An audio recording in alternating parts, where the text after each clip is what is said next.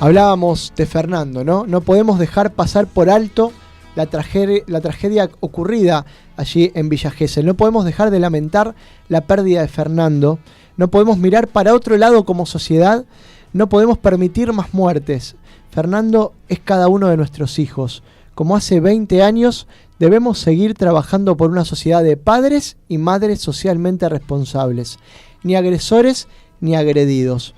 Ni agresores ni agredidos. Escuchemos estas palabras. Ni agresores ni agredidos. Despertemos familia. Despertemos familia. Estas palabras no son mías, son palabras que la Fundación Padres se hacía eco a través de este caso que conmocionó tanto a la sociedad argentina y que la puso en jaque, ¿no?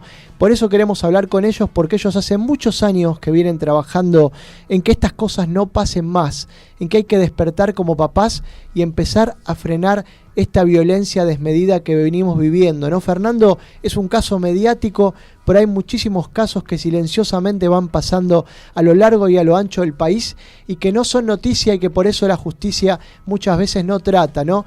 Necesitamos una justicia que no sea una justicia mediática, que trabaje a golpe de noticias, de medios y de reputación, sino una justicia que trabaje de manera objetiva y transparente para poder dar solución y dar una justicia justa a esas familias que tanto sufren. María Pía del Castillo es directora ejecutiva de la Fundación Padres y tiene la deferencia de atendernos en esta tarde de sábado. María, muy buenas tardes. Juan te saluda. ¿Cómo estás? Y gracias por atendernos en esta tarde. Hola Juan, no, la agradecida soy yo por este espacio para reflexionar juntos.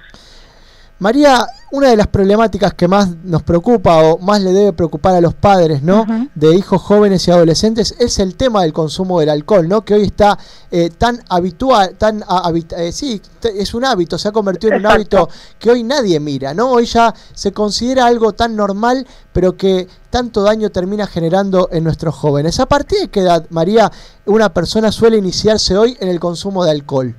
Mira, el tema del consumo de alcohol es un tema muy serio entre los jóvenes hace mucho tiempo y como vos decías recién en la introducción, hace 20 años que la Fundación Padres trabaja en estos temas y los números son realmente aterradores. Hoy la edad de inicio de consumo de alcohol promedio en la Argentina es 11.5 años, o sea, entre los 11 y los 12 años. Esa es la edad promedio.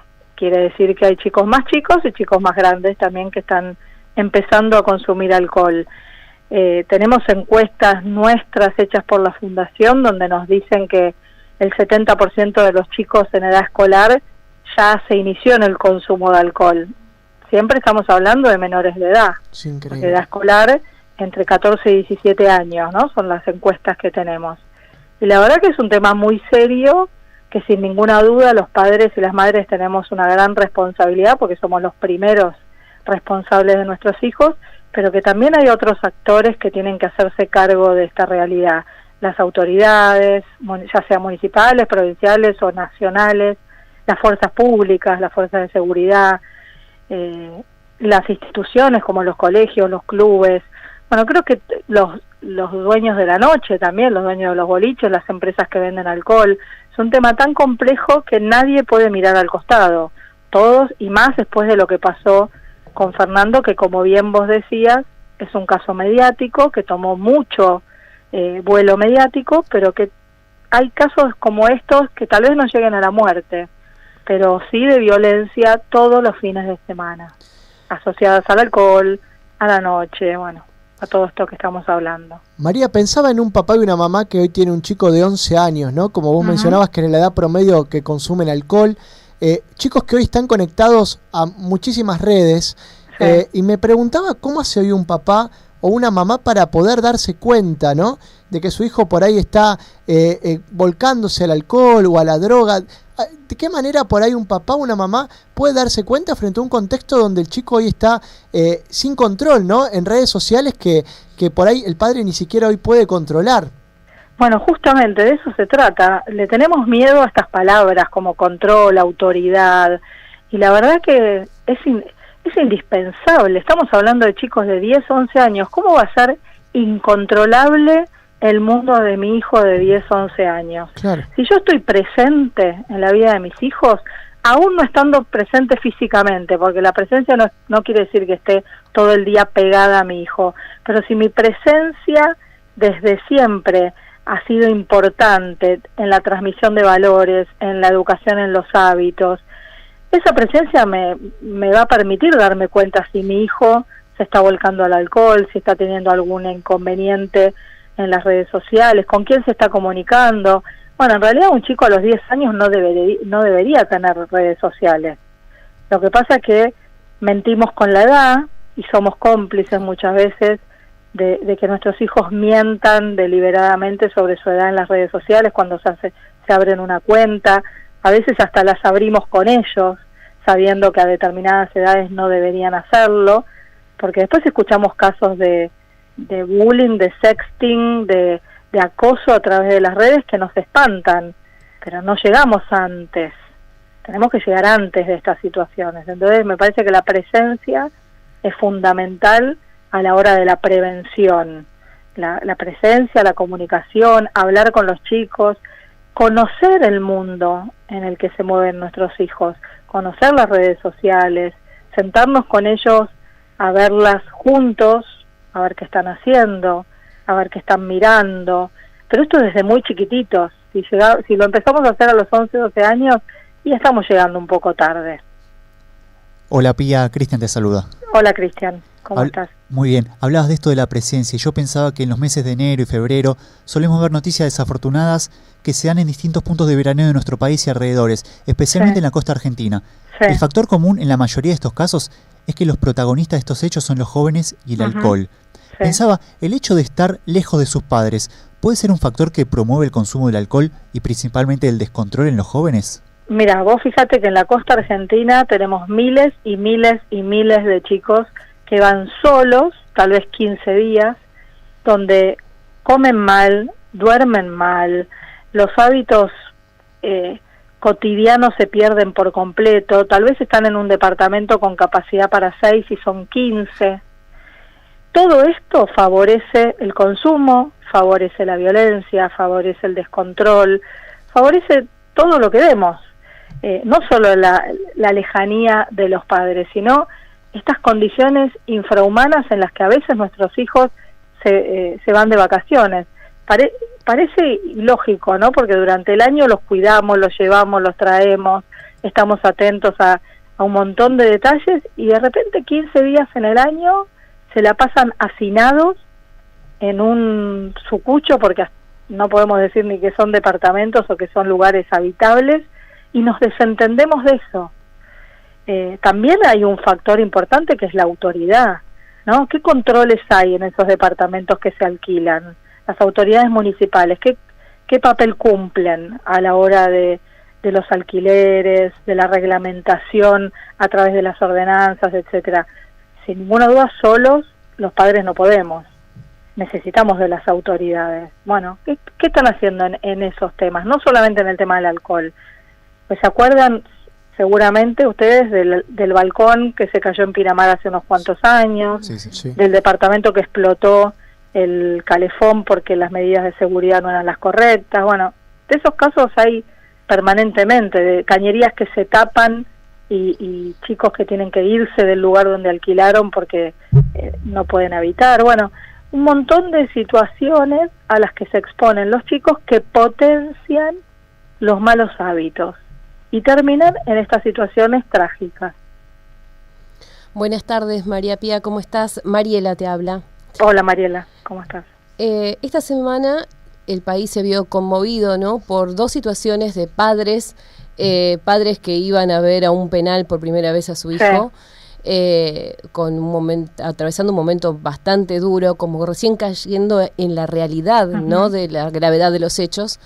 Y una madre, ayer escuchábamos el testimonio destrozada, ¿no?, de la mamá de Fernando. ¿Qué actividades hace la Fundación Padres para concientizar a esos padres que son también tan responsables como los hechos que hacen los menores, ¿no? Vos fíjate que pusiste los dos casos, ¿no? De los padres de los chicos que están presos y de los padres de Fernando. Todos son padres, en definitiva.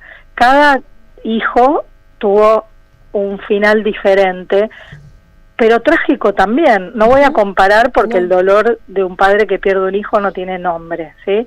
No equiparo el dolor de los padres de Fernando con el dolor de los padres de los chicos que lo asesinaron. Pero sin ninguna duda esas familias también están destrozadas. Sí. Entonces tenemos que entender, como decían al principio, ni agredidos ni agresores, porque ¿cómo puede ser que nuestros hijos se transformen en asesinos y que nuestros hijos vuelvan muertos? Cualquiera de esas situaciones es imposible de pensar. Entonces lo que nosotros desde la Fundación Padres promovemos es la transformación social a través de nuestro liderazgo. ¿Qué significa? Que tenemos que formarnos para transformar la sociedad, y para esa transformación necesitamos no solamente ser correctamente, individualmente correctos en nuestras casas con nuestros hijos, sino que nos tenemos que comprometer cívicamente. Entonces, exigir a las autoridades lo que tienen que hacer, controlar cuando haya que controlar los lugares que van nuestros hijos. Y esto lo hacemos a través de talleres, de congresos argentinos de padres en todo el país, de campañas. Seguramente ustedes habrán visto la campaña Chicos sin Alcohol que hicimos con el Consejo Publicitario Argentino, y la campaña Menores ni una gota que estamos llevando adelante también con la Federación Argentina de Destilados y Aperitivos. O sea, son todas actividades de formación para transformar la realidad. Hemos hecho maratones en el verano de padres e hijos, hemos tenido también mucha presencia en los medios de comunicación, y es tan importante que ustedes como medio de comunicación den estos espacios para que podamos reflexionar sobre estos temas y llegar a muchos otros padres que tal vez de manera presencial no se puede llegar. Entonces lo que busca la Fundación es la transformación social a partir de nuestro liderazgo. Solos no podemos los padres y las madres.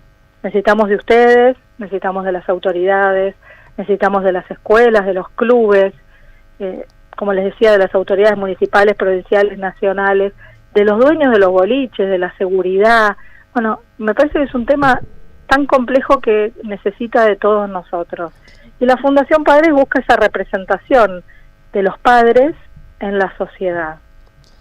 María Pía, pensaba un poco, recién hablabas de las autoridades, ¿no? La responsabilidad de las autoridades. Sí. Y si bien lo de Fernando fue un tema que invadió los medios de comunicación, no vi ningún dirigente hablando sobre este tema, ¿no? Hoy en día hablamos muchísimo de la educación sexual en las escuelas, pero no se habla nada acerca de la educación preventiva en materia de alcohol, como si fuera un tema, si se quiere, tabú, o más bien una etapa de la vida que hay que atravesar, como hablábamos, es algo habitual, natural, es una parte más del camino del adolescente. ¿Qué rol considerás que por ahí debe asumir el Estado en materia de educación y prevención en cuanto al consumo de alcohol en jóvenes y en adolescentes? Mira, vos hablaste justamente de la Ley de Educación Sexual. Asociado al consumo de alcohol está creciendo la sífilis en nuestro país. Hoy en los hospitales públicos se reciben habitualmente casos de jóvenes infectados de sífilis, una enfermedad de transmisión sexual que hace tiempo parecía erradicada. Bueno, hoy está creciendo. Entonces, si estamos hablando de una ley de educación sexual integral obligatoria en las escuelas que no se termina de implementar, deberíamos también tratar estos temas en las escuelas de manera preventiva, informarles a los chicos sobre los daños que produce el alcohol y sobre todo presentar alternativas. El Estado, las autoridades, tanto como los padres, tenemos que presentar alternativas para que los jóvenes se diviertan, porque sin ninguna duda un joven, un adolescente quiere divertirse. ¿Quién no quiere divertirse? Ahora, que la diversión está asociada al alcohol es impensable. Entonces el Estado tiene que comprometerse en este tema, no solo en la formación, sino sobre todo en la prevención y en establecer normas claras que además se cumplan. Hoy en las calles de Villa Gesell hay montones de policías. Bueno, si hubiera habido esta cantidad de policías antes, seguramente, Fernando, hoy estaríamos hablando de otra cosa, no estaríamos hablando de la muerte de Fernando. Entonces, bueno, la prevención desde la formación y también con el cumplimiento de las normas. Hay una ley que establece la prohibición de venta de bebidas alcohólicas a menores de 18 años. ¿Esa ley se cumple? ¿Quién la tiene que controlar? Por supuesto que si vamos a un supermercado y vemos que le están vendiendo a un chico, como cualquier ciudadano deberíamos decirle a la cajera o al que esté atendiendo, mira, pedirle el documento, ¿estás seguro que es mayor de edad? Todos deberíamos hacerlo, pero debería haber una autoridad desde el Estado que se ocupe de controlar que eso se cumpla, porque lo necesitamos. Pía, en estos últimos días en los medios grandes de comunicación se habló muchísimo, por supuesto, de la muerte de Fernando, de todo lo que rodeó a este hecho desafortunado, y un tema también que estuvo muy vigente es el tema de la muerte de Kobe Bryant, el basquetbolista muy famoso, que por ahí pensás que ¿qué relación tiene esto? Bueno, por lo que estuve viendo, este deportista tuvo una relación bastante tensa con sus padres. Primero ellos no aceptaron a su novia, la que luego sería su esposa, incluso hasta no fueron a su casamiento. Más adelante los padres quisieron subastar algunos bienes personales de Kobe y este llegó a iniciar acciones legales contra sus padres. Más allá de estos conflictos, después pudieron hacer las paces y mejorar su vínculo de hijos-padres.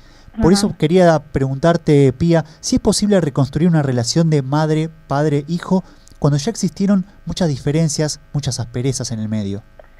Mira, no conozco el caso de Kobe Bryant, pero pensando en general, yo creo que siempre se puede cuando hay voluntad para hacerlo. Hay situaciones que son más difíciles que otras, sin ninguna duda, pero el amor de un padre a un hijo, salvo que haya una patología, ¿no?, que puede haber, y las hay, pero cuando hablamos de normalidad, el amor de un padre o de una madre a un hijo es un amor incondicional, es decir, no pone condiciones. Yo no sé si ustedes son padres y madres, pero si lo son y les preguntara por qué quieren a sus hijos, no me podrían responder, porque en realidad queremos a nuestros hijos simplemente porque son nuestros hijos. No hay ningún motivo para quererlos, sino son nuestros hijos. Entonces, cuando hay un amor incondicional, siempre es posible recomponer la situación. Cuando hay voluntad, cuando hay disposición, cuando hay humildad, cuando hay trabajo también, y en algunos casos extremos también habrá que recurrir a algún profesional que nos ayude a tener esas herramientas para recomponer el vínculo. Pero yo creo que siempre es posible y nunca es tarde para recomponer la relación más primaria, más primitiva, más esencial que tiene el ser humano, que es con su madre, con su padre.